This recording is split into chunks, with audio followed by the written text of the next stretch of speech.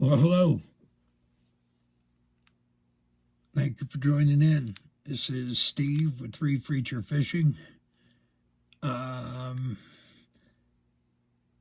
me take a minute and ask you to hit that like and subscribe. If you like these old vintage Penn reels, you're in the right place.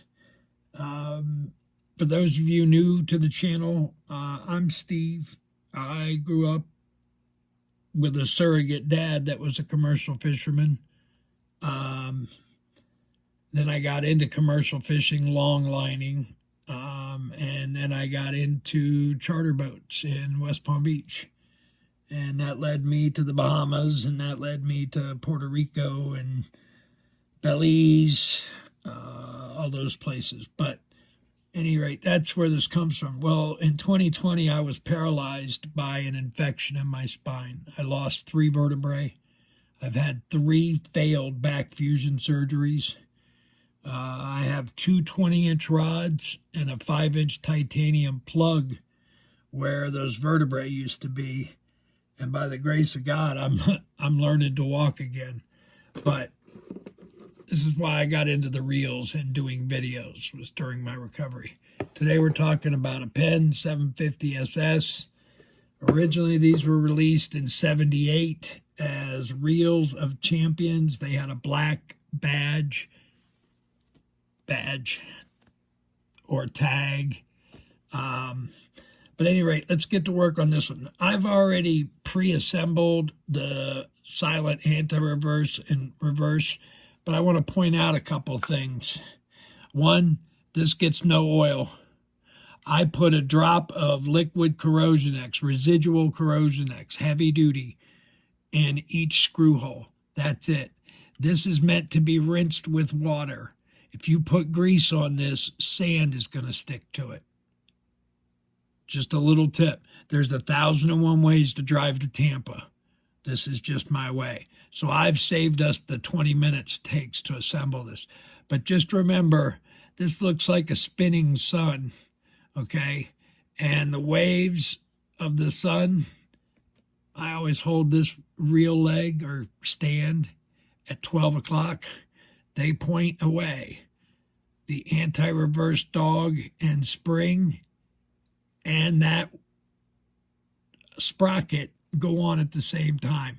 Then you do the silent anti-reverse. These reels have a clicking sound, or you can turn that off on the anti-reverse. I never used a spinning reel that wasn't in anti-reverse, but back in the day, that was the thing. No drags. So this mechanism triggers the silent anti-reverse net. But at any rate, this is 3rd generation Spinfisher. You first had the greenies, then you had the metallic blues, then you had the Z series, and then you had these. So it's kind of the 4th generation. But then you get into, after these, you have Spinfisher 4, 5, starts at 4. So at any rate, these reels hold 255 yards of 40-pound test. That's 500 yards of 40-pound test. 500 yards. And these have a really good drag system. Any rate, let's get to work on this. So we have that ready to go. So now we're ready to prep this for the final go-around.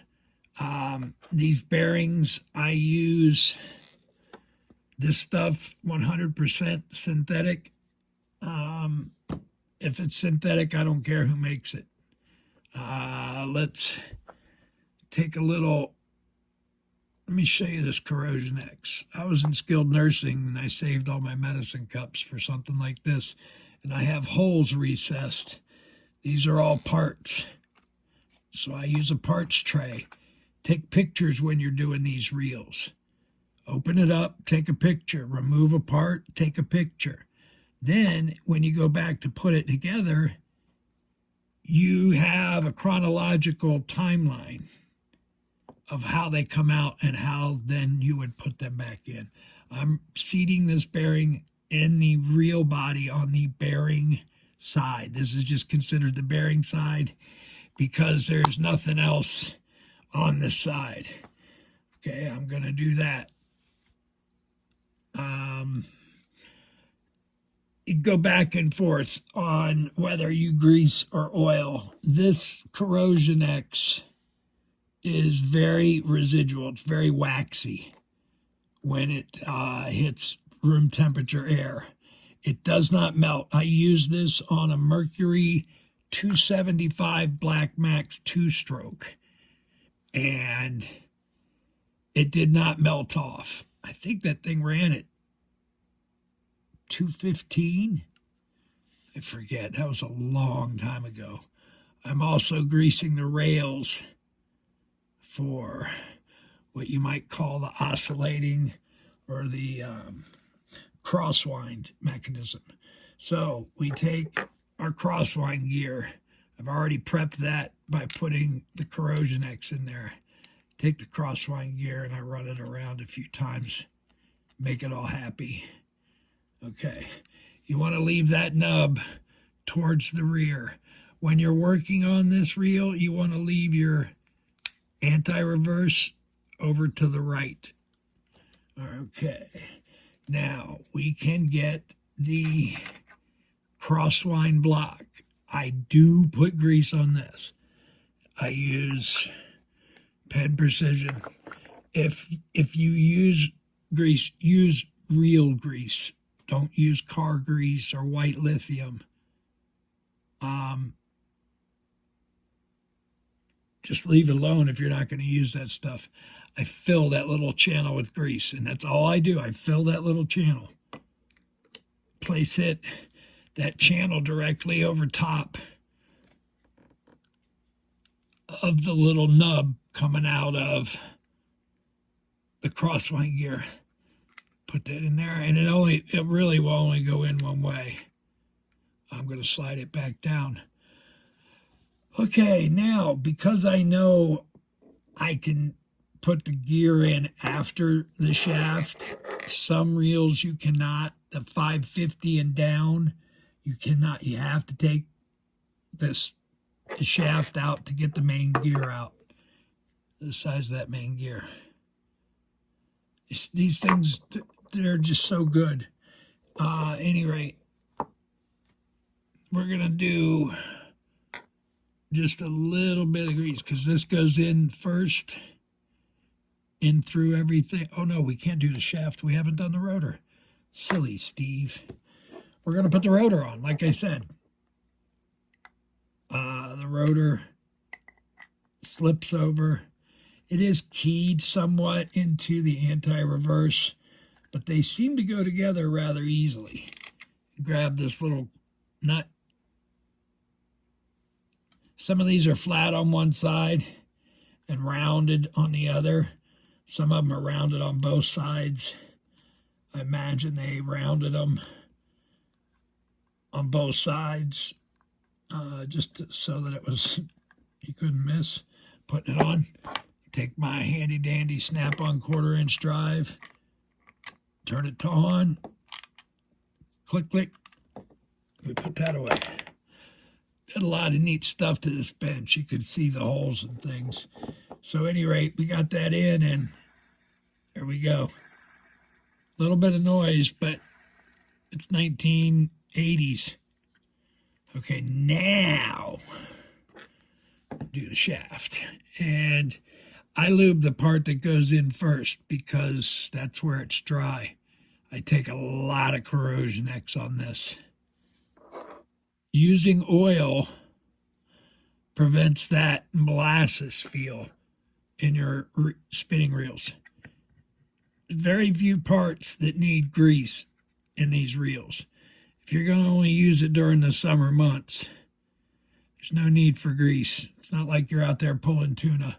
So we put that in, and the spool is keyed. See how that's cut out?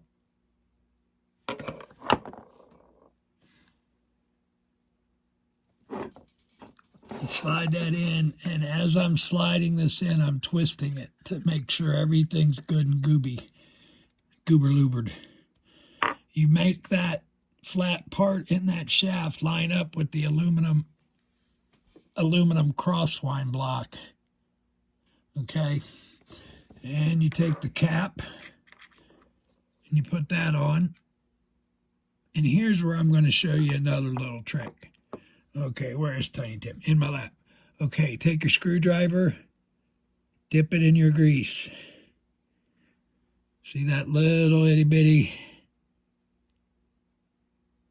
Okay.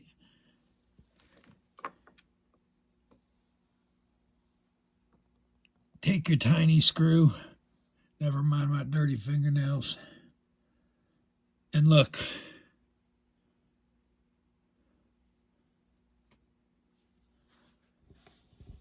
Now you're ready to put that in through the cap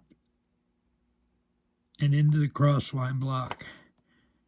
And it's probably a little easier if you're standing. I've learned to do this stuff all sitting down. It's kind of weird because it's just harder sitting down. Like, I don't know. When stuff falls, you react different. But let's get this other one in and keep rolling. When you're not using your spinning reels or any of your reels, back the drags off. Okay? It's going to help them a lot. If you really want to do something neat, put a cap full or just a couple glugs of fabric softener into the sink, fill it up with water, and dunk your spools. It rejuvenates the monofilament like magic. We did it with commercial fishing nets. When they got all sun-dried and beat and hard, the fish wouldn't stick in them correctly. So we would dip them in a 55-gallon drum with a gallon of fabric softener to about 40 gallons of water. And it would make the monofilament brand new again. It was weird. I can't believe these line companies don't have a product out there because it's a well-known secret in the commercial world. Anyway, we got those two in there in that brass plate, okay? That locks the spool in and connects it to the crosswind gear. So next, and we still haven't put any grease in here. All we've done is used Corrosion X Heavy. That's residual. Okay, now we're going to insert the main gear. The main gear has 2 gear drives on it. This drives the crosswind block. A lot of times these wear the aluminum out or the aluminum corrodes. It's kind of a known thing with these reels. Now I get a pretty good wad of grease and I just go around that because it's about the only way you can do that without getting it all over the reel. Okay, then I'm going to take and put some on the pinion and try to kind of wrap around.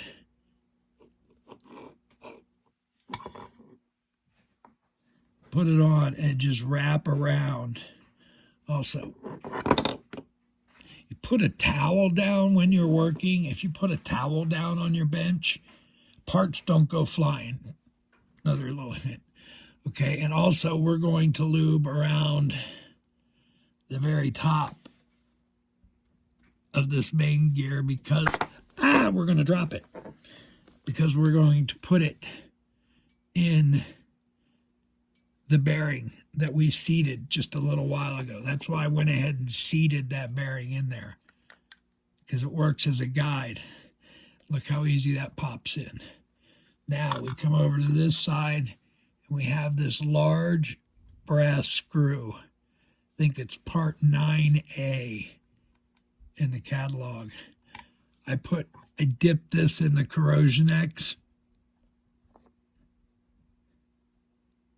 kind of shake off the excess. And again, that Corrosion X sticks like wax. Sticks like wax.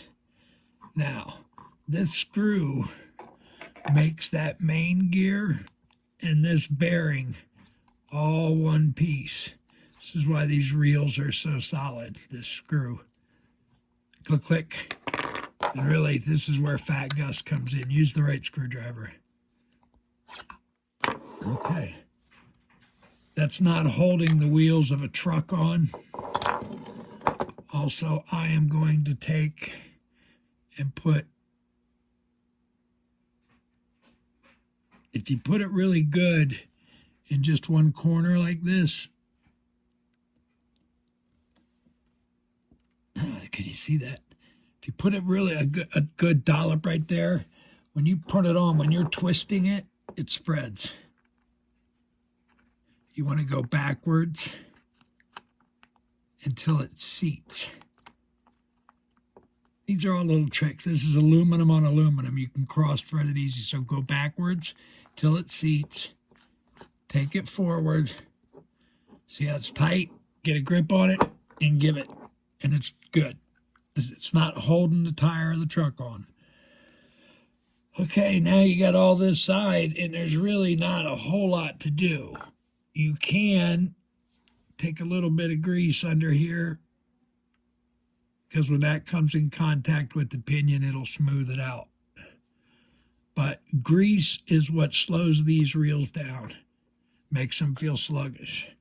Okay.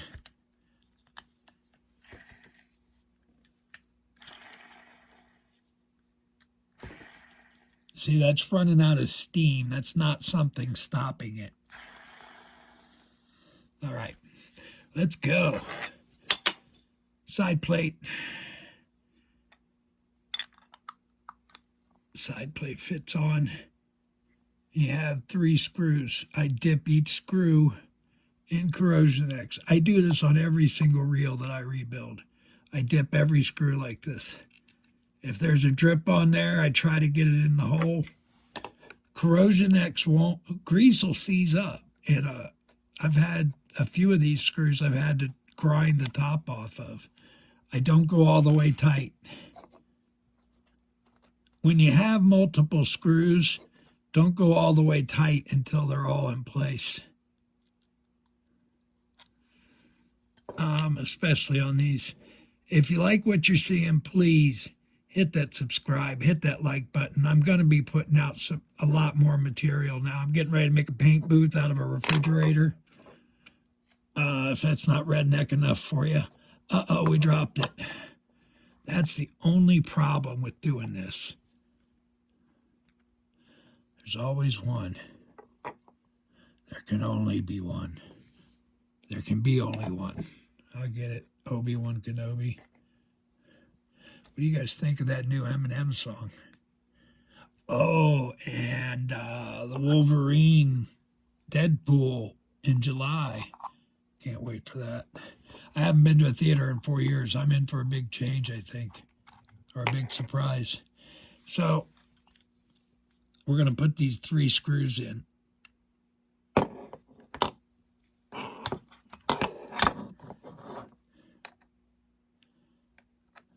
Come on. 1. Click, click.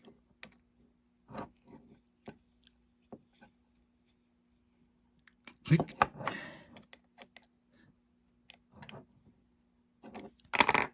Okay. I'm also going to take this opportunity to wipe down a little bit.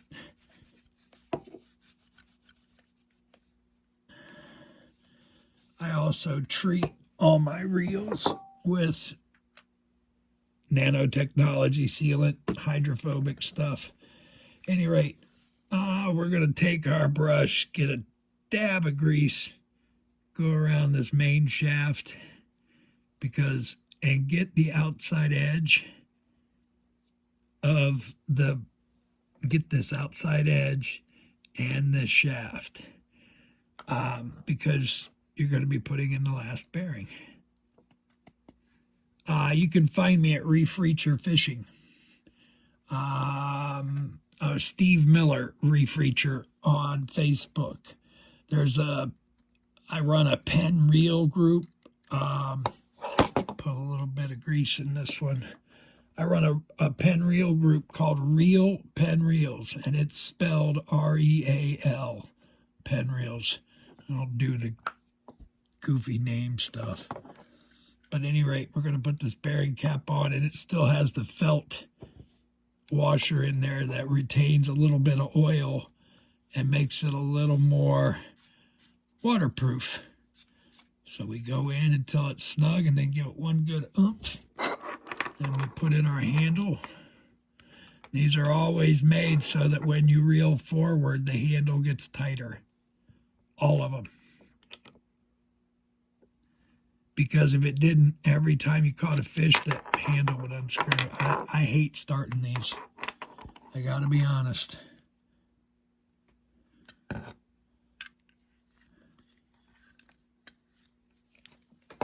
There you go.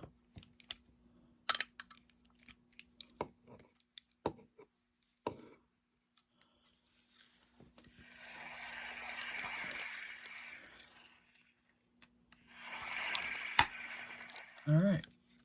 Take the spool, try to center it on the washer because these are keyed. This can be, ooh, that wasn't in very good. Just getting ready to say this can be miserable. But if you have a problem, you just take the washers out.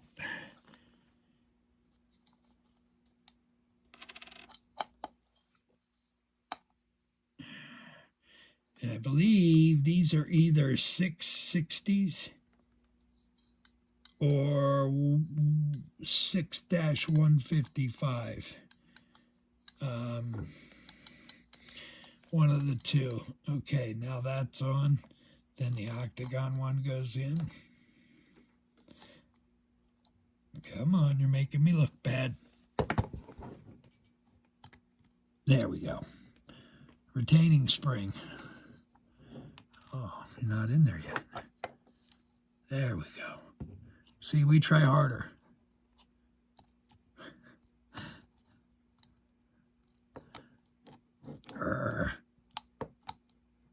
I don't think this is a real spring because it's much thinner material than what the other ones are and much more difficult to work with. You stick one side in and then you walk it around, but this one ain't having it.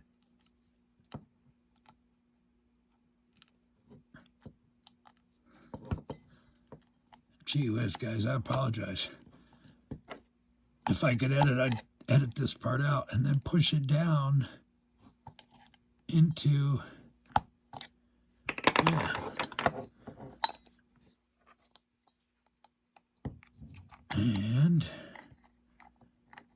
the drag knob, adjusting knob.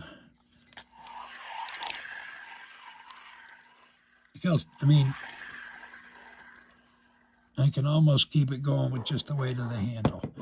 If you like what you see, again, please hit that like and subscribe. You can find me at Steve Miller Reef Reacher on Facebook. You can, I don't know what the Instagram is. You can find me at, obviously, YouTube, Reef Reacher Fishing, and I sell reels on eBay. Everyone have a great day. God bless. See you on the next one.